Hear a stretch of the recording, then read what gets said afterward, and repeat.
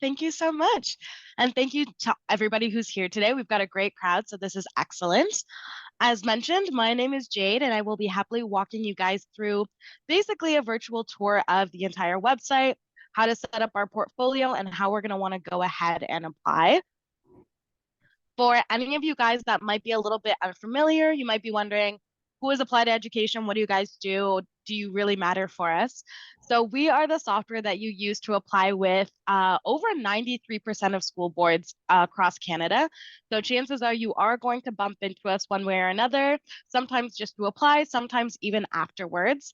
So I'm going to share my screen with you guys, and we're going to start from the beginning, and I'll walk you guys through everything.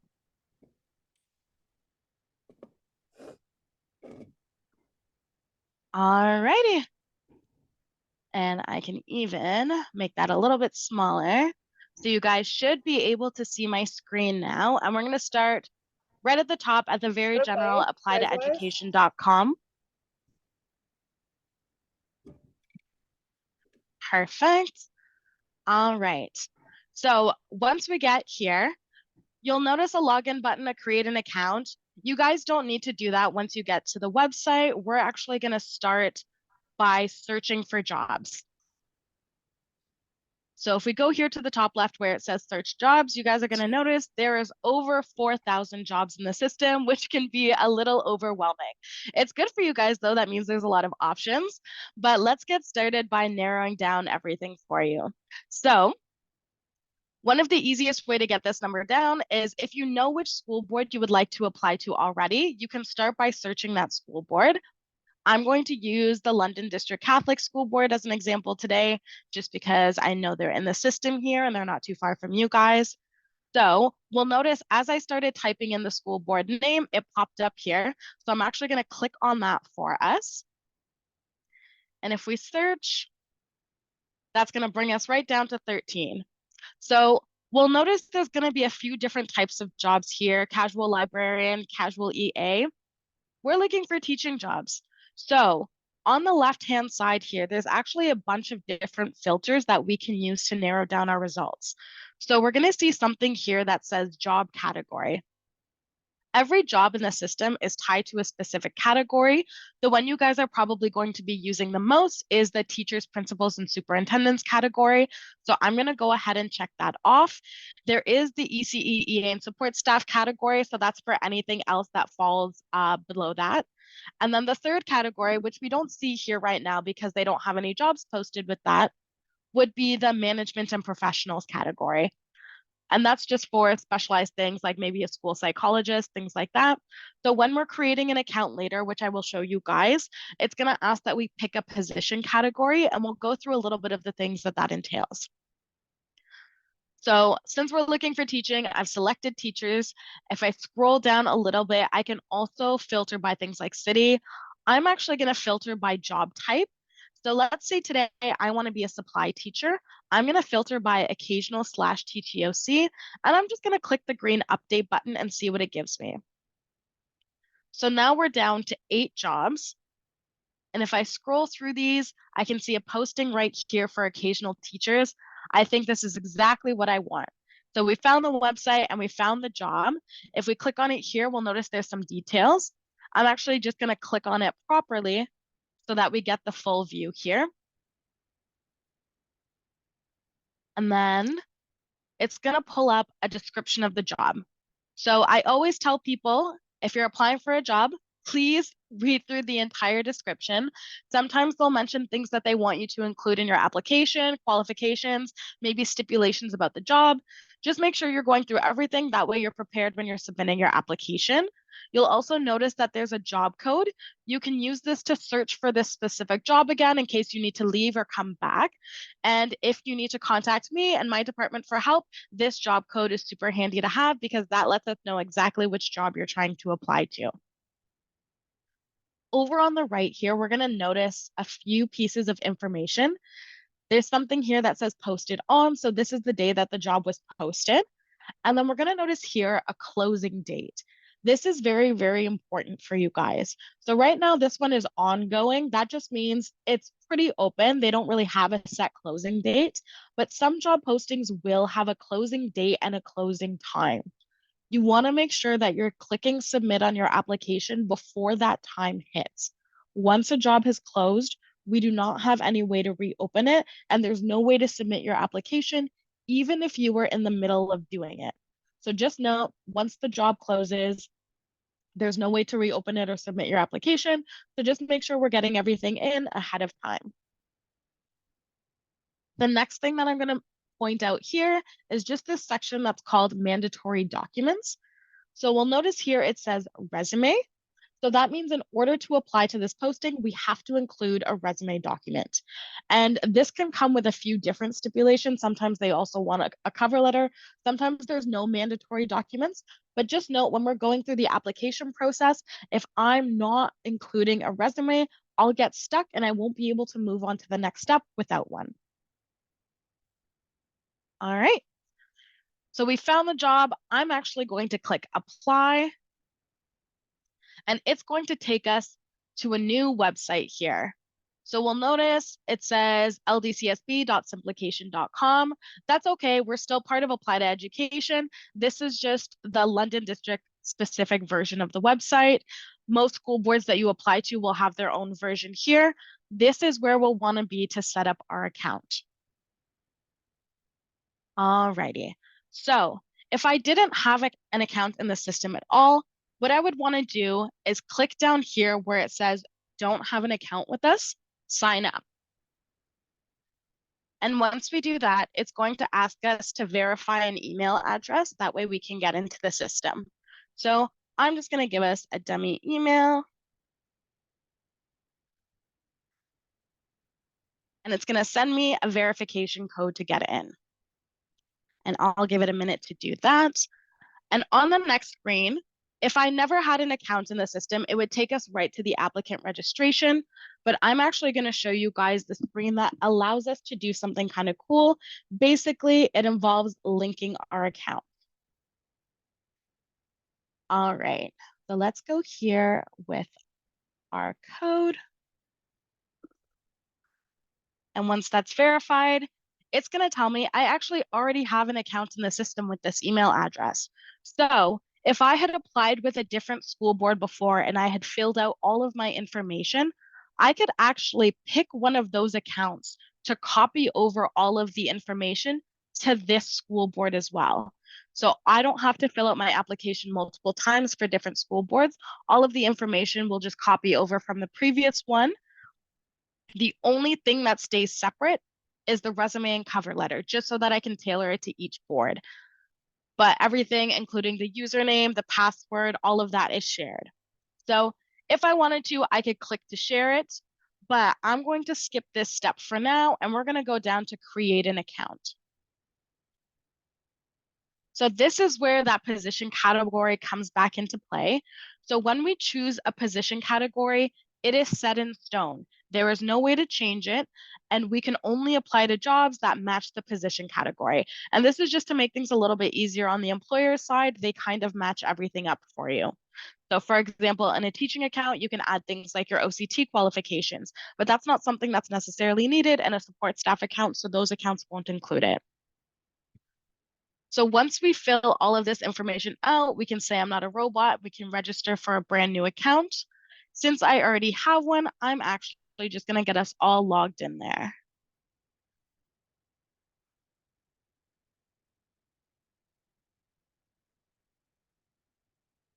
All right.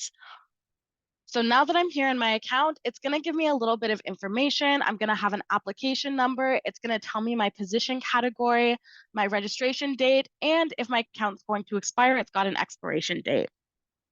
Some of you might be wondering, okay, I want to apply as a teacher, so I made this teaching account, but what if I also wanted to apply as an EA? That's no problem at all. You can have multiple accounts in the system with the same email address in different categories. The only thing that ever needs to be different is the username. So you can have more than one account in different position categories. There's just no way to change it once you've picked it. And for anybody who gets worried about the expiration date, don't worry, just on the anniversary of your account, you'll get notice about 30 days before that your account is expiring. All it does is basically makes your account dormant. So if you haven't been applying with the school board for a while, it kind of hides you in the system so that you're not taking up space until you're ready to come back and start applying again. The other thing we've got here, we've got a couple of shortcuts to get to the job posting sections, and there's something that says incomplete sections. So don't worry about the incomplete sections too much. If I wanted to, I could actually go right ahead and start applying to the job. I'm going to take us through the portfolio and some of these sections first, just so that we can see what it's like if I wanted to set up my account first before just submitting my application. Most of the steps we would also have the option to do if we just went straight to applying as well. So if we go to portfolio, there's a couple of sections here. If I start with our personal information page, this one, super basic, basically just my email, phone number, address, and name. All of this information you can change at any time. So don't feel like you're locked in. If you change your email address, you get married, you get divorced, you can change your name, no problem here. This is all up to you and your account there. And then if I click next, it'll take us to the next section here where it'll tell us which school board we're set up here with. And you can mark yourself if you want to be full-time, part-time, contract. If you get hired as occasional, it will come up here. This section isn't super mandatory to fill out, but sometimes employers do have questions that they want you to fill out. So for example, here it says employer questions. I could answer these questions here if I wanted. If we went straight to the job application, this section would actually pop up for us so that we could answer that as well. So I'm going to go ahead to the qualifications page here. This is a very big one for any of you guys who are going into teaching, as most of us are here. Please add your OCT number. So what this does, this section here, if you click add certificate, we're going to ask for your information, and we're actually going to link with the OCT website and pull all of your qualifications to the website. That way, when an employer is looking at your application, they can actually see everything that you're qualified for on the OCT website right in your application. We want to make sure that you guys are coming across as qualified for what you're applying for. So if you miss this section, they might not be able to see it. So just make sure you are adding this. If you remember anything today, this is a huge one. After that, you can add the grades that you're willing and able to teach, as well as your teachable subjects. But remember, OCT major. All right. Some of the next sections are a little bit self-explanatory. They'll all have little explanations so that you can go through them, but things like language skills, experience, education, and references, those are all places where you can add information in your profile, and they will stay here so that every time you submit an application, it gets sent along to the employer along with anything else you add. These things you can change at any time, so don't feel married to it. And when you change them here, it'll change for the employer in real time as well, even after you've submitted an application. When we go to apply, we will learn one of the only things that's really set in stone is your resume and cover letter if you're using a custom one, and any specific job questions that the school board has for you. But everything else you can basically change at any time. If we go down here to where it says resumes and cover letters, we'll actually be able to upload a resume and a cover letter to our account. So here we'll actually see that I've already got something uploaded. It says I uploaded this last year. If you click on it, it will actually open up the document so that we can take a look at it and we can delete it or download it. So if I delete it, we'll notice that now we suddenly have a select file button that we didn't have before. And the reason for that is that you can only hold one document in this folder at a time. So you don't have to worry about like if you upload the wrong thing, you can delete it and re-upload something else. But just know it'll only hold one at a time. Same with the cover letter. And then if we want to upload something, we just click the select file button. It will pull up our documents from our computer, and I'm just going to upload something there for us. We're good to go. So very simple, not too crazy. And this will stay here in our portfolio. When we go to apply, it will give us the choice to use the items that we have here in our portfolio or to upload a custom one just for that job. So you always have the option. And then we go to the next section here. I'm going to pull up the supporting documents. This section will work very similarly.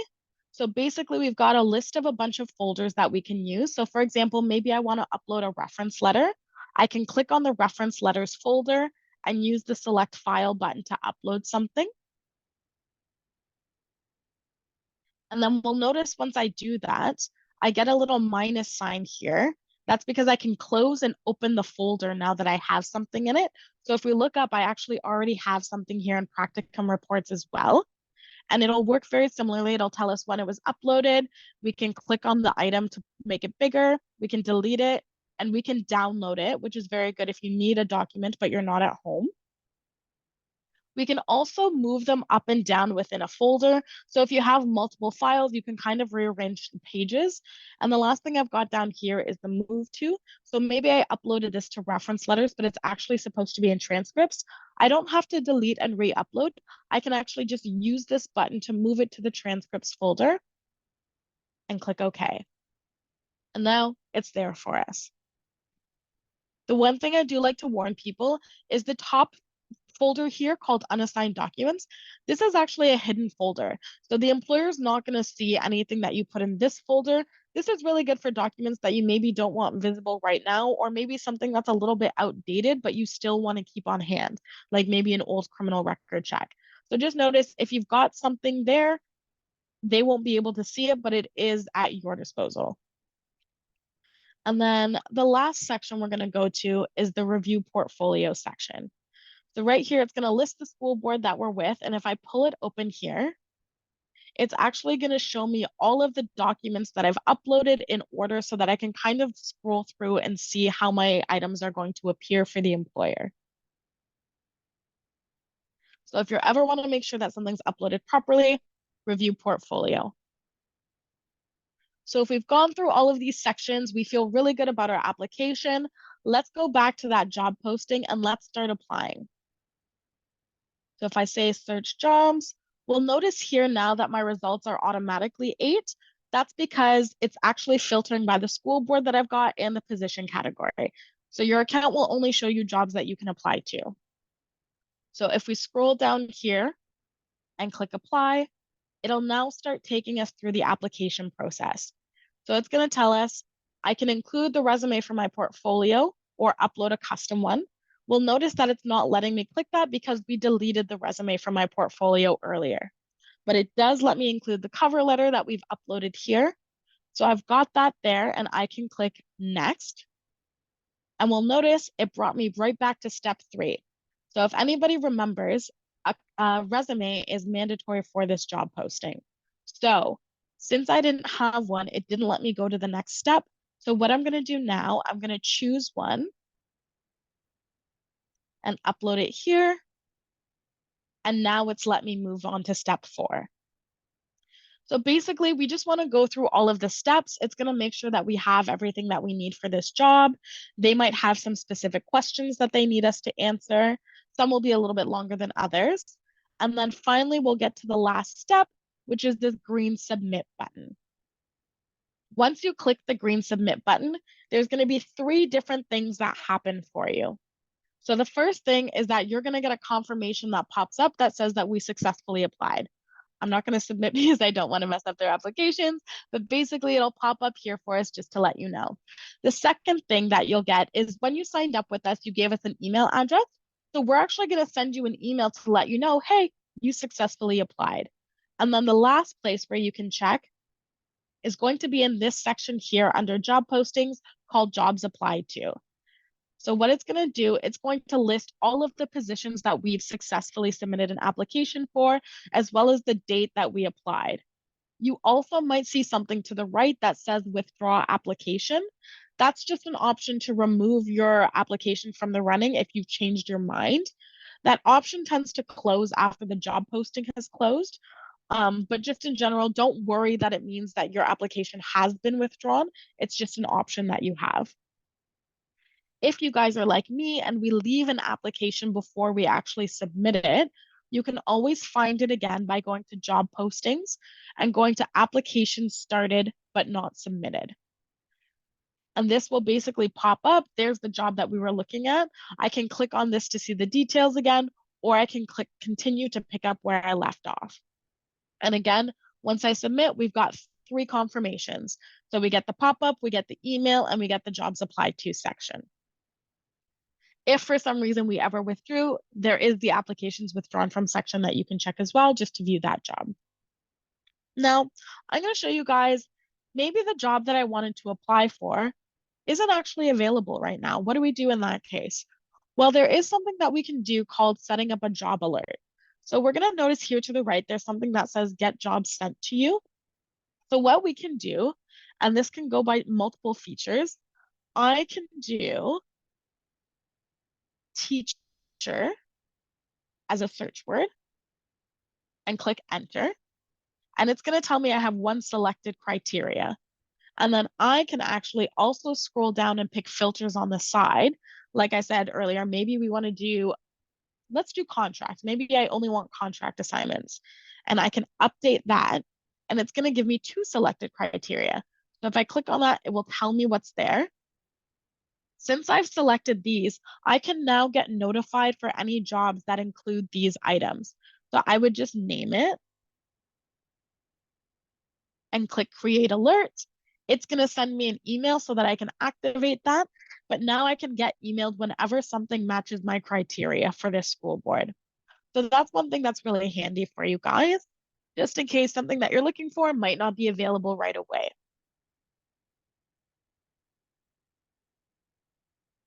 All right.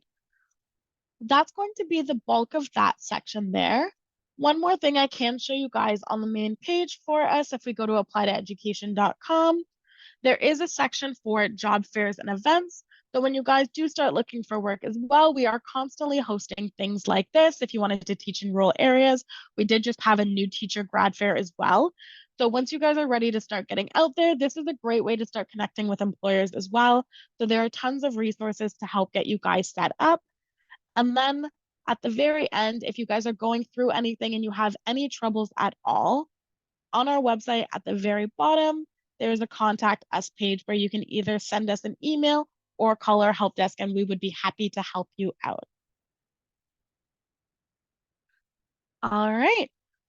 I've given you guys a lot of information. I'm going to stop my share for now. But did anybody have any questions? Feel free to write them in the chat, or you can unmute yourself and ask.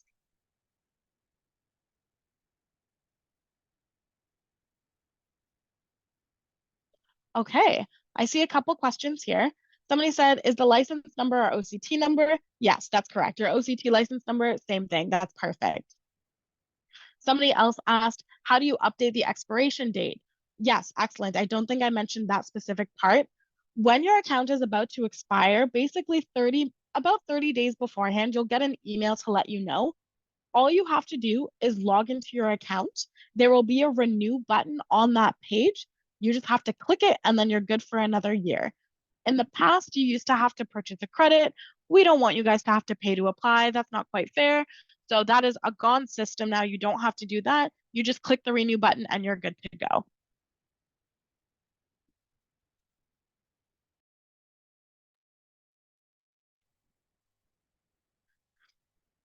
Were there any other questions that I could answer for anybody?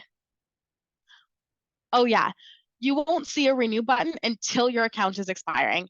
It's hidden the rest of the year.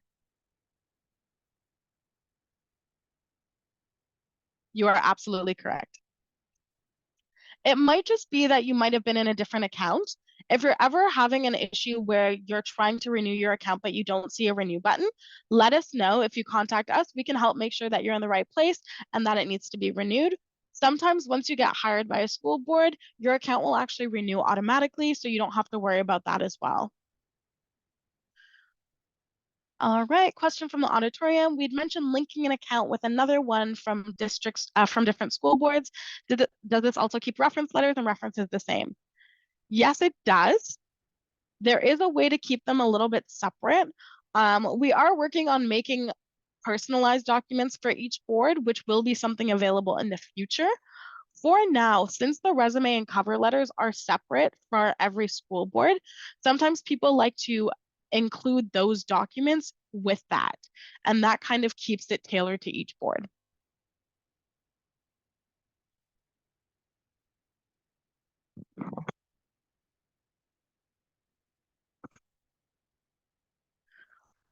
And I can take another one if we've got one. Thank you guys.